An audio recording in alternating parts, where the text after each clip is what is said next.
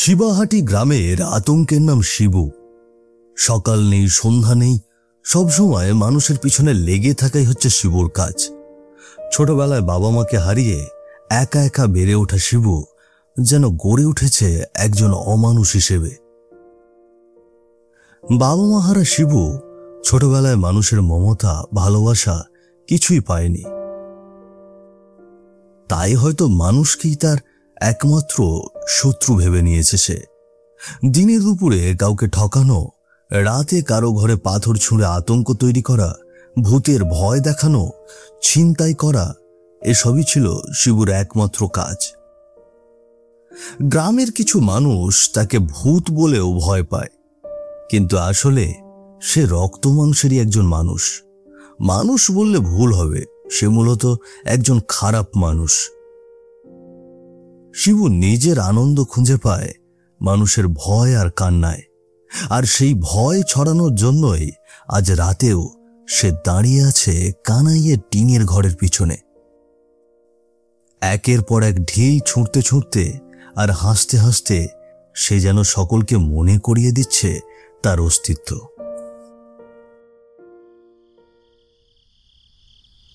ঘুম ঘুম চোখ নিয়ে বিছানায় বসে আছে কানাই আর মিনতি। খানিক আগেই টিনের চালার ওপর ধূপধাপ শব্দে ঘুম ভেঙে গেছে তাদের। আবারও সেই শব্দটা কানে আসতেই রেগে গেল মিনতি। ওই দেখো, ওই দেখো, শয়তানটা আবারও এসেছে। এই রাত বিরেতে ঘরের চালায় ঢিল ছড়ার কোনো মানে আছে? না, আর হচ্ছে না। এবার দেখছি অমলবাবুর কাছে যেতেই হবে।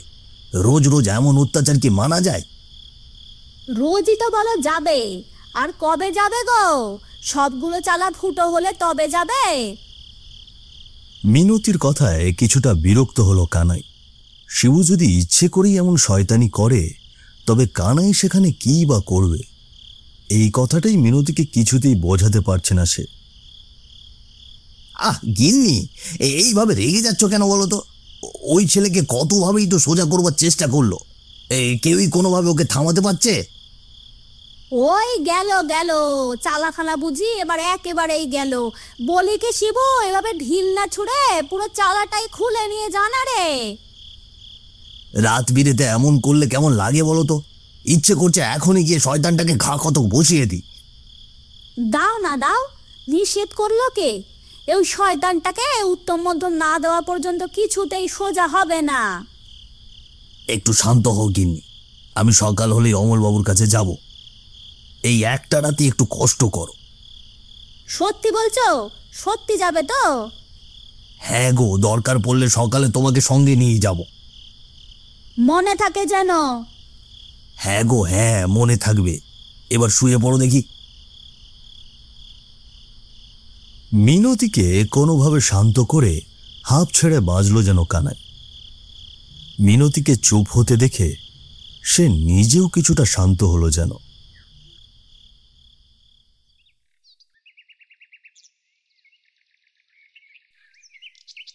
গম্ভীর হয়ে বাড়ির বারান্দায় বসে আছেন অমলবাবু। তার থেকে কিছুটা দূরে দাঁড়িয়ে আছে কানাই আর মিনতি। কানাই আর মিনতিকে কিছুটা চিন্তিত আর বিরক্ত দেখালেও বেশ ফুরফুরে মেজাজে দেখা যাচ্ছে অমলবাবুকে। কি রে কানাই, সকাল সকাল তোরা দুজনে আমার বাড়িতে? কিছু হয়েছে নাকি রে? নতুন করে আর কি হবে মোড়ল মশাই, ওই একই কারণেই এসেছি। ওই ছোকরাটা তাহলে এখনো শুধরায়নি? আর শুধরায়? দিন দিন তো তার অত্যাচারের মাত্রা আরো বেড়েই চলেছে। এই কাল রাতের ঘটনায় শুনুন, মাঝরাতে হঠাৎ করেই ঘরের চালায় দমদাম করে আওয়াজ। আমি আর মিনতি ধরফর করে উঠে বসলাম। পরে বুঝলাম ওই শয়তানটা টিনের চালার উপর ঢিল ছুঁড়ছে। এটা তো তবে বেশ মুশকিল হলো রে। তোরা এখন তবে কি চাইছিস? অমলবাবুর কথা শুনে মেজাজ খারাপ হলো মিনতির।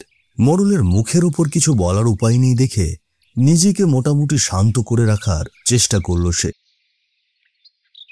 আগে মোড়ল মশাই, আমরা যদি নিজেরাই কোনো বিচার করতাম বা চাইতাম, তাহলে আপনার কাছে কি আসতাম বলুন?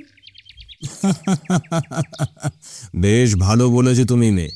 আচ্ছা, আচ্ছা, আমি দেখছি কি করা যায়। কিছু করছি বা দেখছি বললে হবে না মোড়ল মশাই।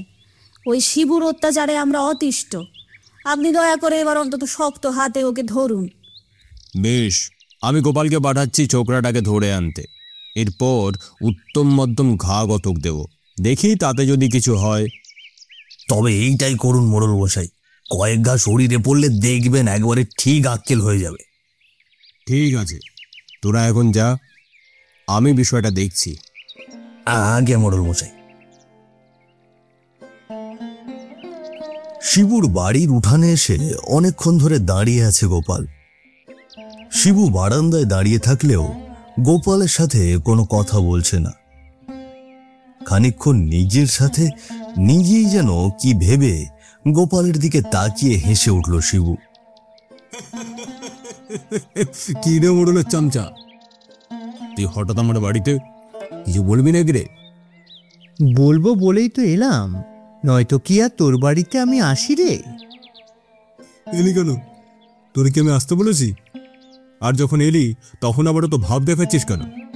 করিস তো মোড়লের চামচাগিরি, আমার ভাব কত।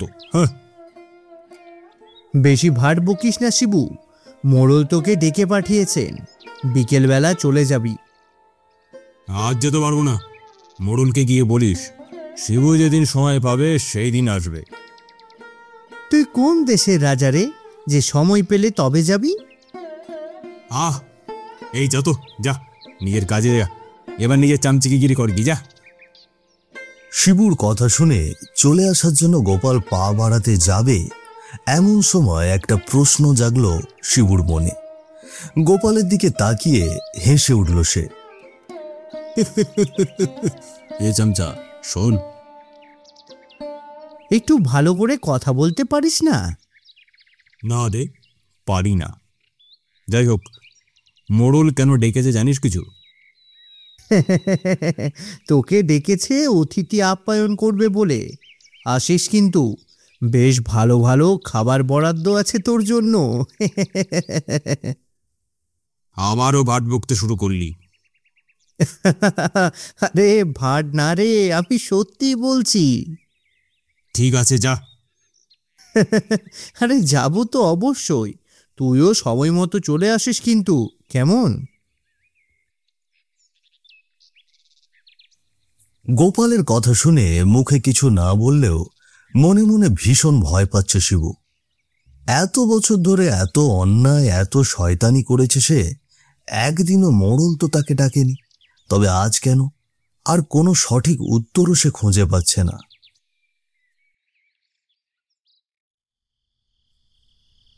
রাত নামতেই শিবুর মাথায় যেন শয়তান এসে হানা দেয় গোপনে। তার মন কেবলই ছুটে যায় মানুষের ক্ষতি করতে। আজও তার ব্যতিক্রম নয়। রাস্তা দিয়ে হেঁটে যাচ্ছে সুদীপ। শহরে পড়াশুনো করে সে। রোজ পড়াশুনো শেষ করে রাতের দিকে গ্রামে ফিরে আসে সুদীপ। একে তো রাতের বেলা, তার উপর আজ আকাশেও যেন কোনো চাঁদের আলো নেই। সুদীপ ভয়ে ভয়ে হেঁটে যাচ্ছে গ্রামের রাস্তা দিয়ে। এমন সময় আকস্মিক সুদীপের সামনে মুখোশ পরিহিত শিবু এসে দাঁড়ায়। কি? কে তুমি? আর কি চাও আমার কাছে? দয়া করে আমাকে ছেড়ে দাও। আমি ভূত, মেছ ভূত, গেছ ভূত। আজ তোর ঘাড় মটকাবো রে সুদীপ। বাঁচাও, কে আছো? আমাকে বাঁচাও। সুদীপের চিৎকার শুনে হো হো করে হেসে ওঠে শিবু। কে তুমি? তুমি তো মনে হচ্ছে কোনো মানুষ। সত্যি করে বলো, কে তুমি?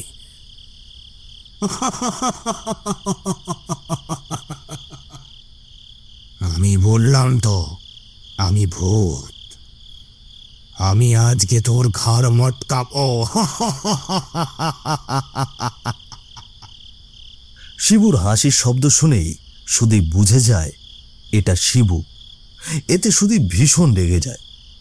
এইভাবে মানুষ মানুষকে কিভাবে ভয় দেখাতে পারে সেটা ভেবেই বিরক্ত হয়ে যায় সে। এই দাঁড়াও দাঁড়াও, তুমি শিবু? হ্যাঁ শিবুই তো। তো তুমি এইভাবে মানুষদের ভয় দেখিয়ে কি পাও বলো তো? এই যা, তুই দেখি আমাকে চিনে ফেললি রে সুদীপ। চিনেই যখন ফেলেছিস তখন আর কি করা যায়। আজ তুই বেঁচে গেলি। আমি কাল সকালেই মোড়লের কাছে যাব, তোমার নামে বিচার দেব। কি পেয়েছো তুমি? হ্যাঁ, ফালতু লোক একটা। আরে আরে বাচ্চা ছেলে, এত রাগ করতে নেই। আমি তো তোর সাথে একটু মজা করছিলাম। মজা? আমাকে ভয় পাইয়ে দিয়ে তুমি রীতিমতো হাসছিলে, আবার বলছো মজা? দাঁড়াও না, দাঁড়াও, শুধু সকালটা হতে দাও না। আরে যা যা, তো তোরা যা খুশি করে নে। আসছে আমাকে ভয় দেখাতে। হ্যাঁ, শিবু চলে যেতেই বিরক্ত মুখে সেদিকে তাকালো সুদীপ। সে যে এই মুহূর্তে ভীষণ রেগে আছে সেটা ঠিক বোঝা যাচ্ছে তাকে দেখে। চরম হতাশার বিরক্তি নিয়ে সেখানটাতেই ঠাঁয়ে দাঁড়িয়ে রইল সুদীপ। অমলবাবুর সামনে দাঁড়িয়ে আছে শিবু। খানিক আগেই অমলবাবুর বাড়িতে এসেছে সে। সুদীপকে ভয় দেখিয়ে বাড়ি যাওয়ার পথে কি যেন ভেবে সে অমলবাবুর বাড়িতে চলে আসে। গম্ভীর মুখে চেয়ারে বসে আছেন অমলবাবু। শিবুকে দেখেই যেন মন মেজাজ খারাপ হয়ে গেছে তার। তুই এই সময় এখানে কেন রে শিবু? তোকে তো আমি বিকালে আসতে বলেছিলাম। সে আপনি আপনার সময় মতন আসতে বললেই কি আবার আসতেই হবে? আমার কি সময়ের কোনো প্রয়োজন নেই? তাই নাকি? তোরও সময়ের অভাব হচ্ছে নাকি রে? ওই একটু আছে আর কি, বিকেলে একটু কমতে হয় তাই আর কি। বিকেলটা আমার সময়ের সাথে মেলে না। তা তো হবেই, বিকেলে না ঘুমলে হবে কি করে? রাতে তো আবার মানুষদের বিরক্ত করতে বেরোতে হবে। ইয়ে মানে ওই আর কি। মোড়ল মশাই আমাকে কেন ডেকেছেন কিছু বলছেন না যে? তুই কি আসলে বুঝতে পারিস না, নাকি বুঝতে চাইছিস না? আগে কিছুটা বুঝেছি, তবু আপনি যখন ডেকেছেন আপনিই বলুন। শিবুর কথা শুনে ভীষণ বিরক্ত হলেন অমলবাবু। এমন একটা মানুষকে স্বয়ং বিধাতাই আক্কেল দিতে পারেন। শিবুর কণ্ঠস্বর কানে বাজতেই দাঁত মুখ খিঁচে আসছে অমলবাবুর। শোন শিবু, তোর সাথে বেশি কথা বলতে গেলে আমারই মেজাজ ঠিক থাকবে না। আমি অল্প কথায় বুঝিয়ে বলছি। আজ্ঞা মোড়ল মশাই, বলুন। কাল থেকে আমি যেন তোর আর কোনো বেয়াদপি না দেখি। নিজের মতো থাক, কাজকর্ম কর। অন্যের ক্ষতি করে কি লাভ হবে বলতো? এসব বাদ দে, ভালো হয়ে যা। আজ্ঞা মোড়ল মশাই। বুঝেছি, তোকে মুখের কথাই ঠিক করা সম্ভব না। গোপাল, আছিস? আজ্ঞে কর্তা। এই বেয়াদবটাকে নিয়ে যা, এর গাছের সাথে বেঁধে ইচ্ছে মতো ঘা দিবি, তারপর ছেড়ে দিবি, বুঝলি? আজ্ঞে কর্তা।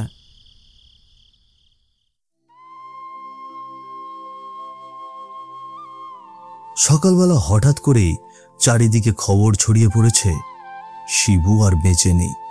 সেই খবর পেয়ে শিবুর বাড়িতে ভিড় জমিয়েছে সকলেই। শিবুর লাশকে উঠোনে রাখা হয়েছে। পাশেই চেয়ারে বসে আছেন অমলবাবু। তার চোখে মুখে চিন্তার ছাপ স্পষ্ট। তার পাশেই শুকনো মুখ করে দাঁড়িয়ে আছে গোপাল। তাকে দেখে বোঝাই যাচ্ছে যে সে ভীষণ অনুতপ্ত। কর্তা, কাল আপনি ওকে ইচ্ছে মতো মারতে বললেও আমি তো ওকে কেবল কয়েক ঘাই দিয়েছি। তবে কি কি করে কি হলো বলুন তো? যেভাবে যাই ঘটুক, বেশি কথা বলিস না গোপাল। যা হয়েছে মনে করবি তা ভালোই হয়েছে। কিন্তু কর্তা, একটা মানুষ এভাবে মরে গেল। বলছি না, যা হয়েছে সব ভালোই হয়েছে। বলছিলাম মোড়ল মশাই, শিবুর লাশের তো সৎকার করতে হবে, কিন্তু কিভাবে করবেন কিছু ভেবেছেন? কি বলি বলতো কানাই, পৃথিবীতেও নিজের বলতে কেউই নেই। আমরা গ্রামবাসীও সৎকারটাই করি। আমি সমস্ত খরচপাতি দিচ্ছি, বাকিটা তোরা সকলে মিলে করে নে। আগে মোড়ল মশাই, তাই হবে।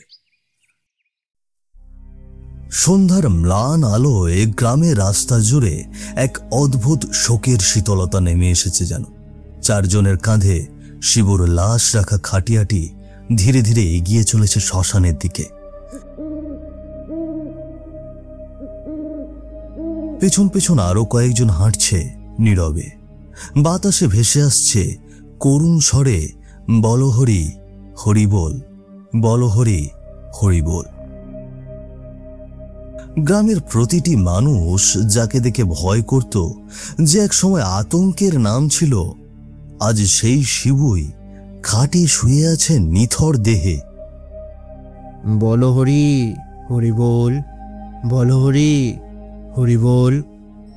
হরি হরি হরি বল, হরি বল, হরি বল।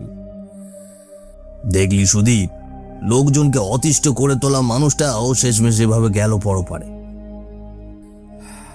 হ্যাঁ দাদা, যাকে মানুষ ভয় পেত তাকে নিয়েই আজ গ্রামের সবাই আফসোস করছে। যত যাই হোক, সেও তো একজন মানুষই ছিল। মানুষ হয়তো ছিল, আবার হয়তো ছিল না। জীবনে কারো দয়া পেল না, করুণা ছাড়া। তাই হয়তো অন্যের কান্নাতেই আনন্দ খুঁজে পেয়েছিল সে। হয়তো। কি করব বলো, এটাই যে মানুষের নিয়তি।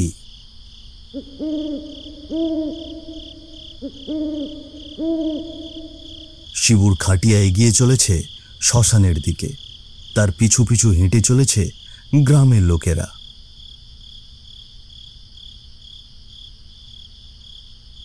সন্ধ্যার আলো ধীরে ধীরে মিলিয়ে যাচ্ছে আকাশে।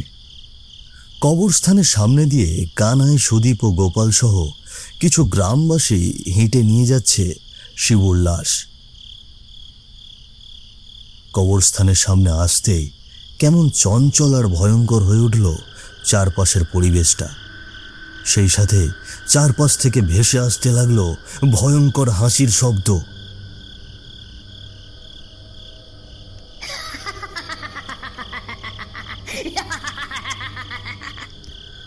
হাসির শব্দ শুনেই কাঁধ থেকে খাটিয়া মাটিতে রেখেই দৌড়ে পালালো লোকগুলো।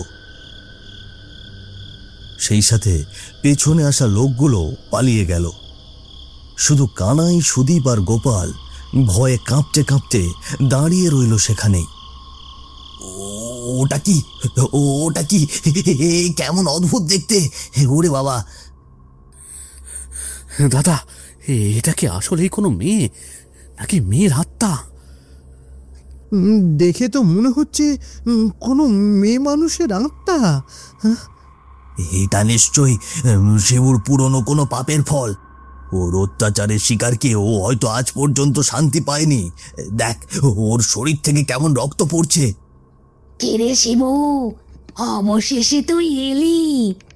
সেই কতদিন ধরে তোর অপেক্ষায় আমি এই কবরস্থানে ঘাটি কেড়ে বসে আছি।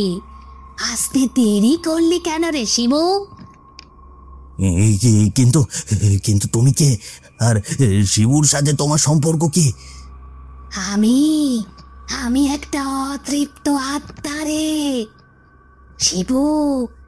মনে আছে একদিন আমার সম্ভ্রম নষ্ট করে আমাকে মেরে এই কবরস্থানের কাছে ফেলে রেখে গিয়েছিলি?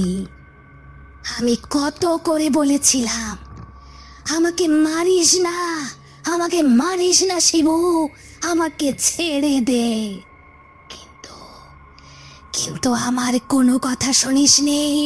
আর আজ আমিও কারো কথা শুনবো না। তোরা বাঁচতে চাইলে চলে যা, যা। শিবুর সৎকার আজ কেউ করতে পারবে না।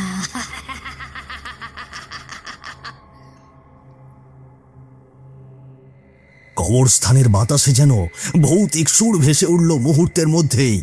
খাটিয়ার ওপরে নিথর শিবুর শরীর, সামনে অচেনা মেয়ের আত্মা, আরো ভয়ঙ্কর করে তুলল পরিবেশটাকে। কানাই, সুদীপ ও গোপাল বুঝতে পারল এখানে আর এক মুহূর্ত থাকলে তাদের ওপরেও বিপদ ঘনীভূত হবে।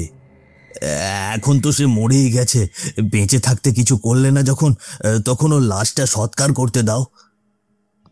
তুইও বেশি কথা বলবি না, নয়তো তোকেও শেষ করে দেব। ওরে বাবা রে, বাঁচাও বাঁচাও, কে আছো আমাদের, বাঁচাও! পেছনে দাঁড়িয়ে আত্মাটি ভয়ঙ্কর কণ্ঠে হাসতে থাকে।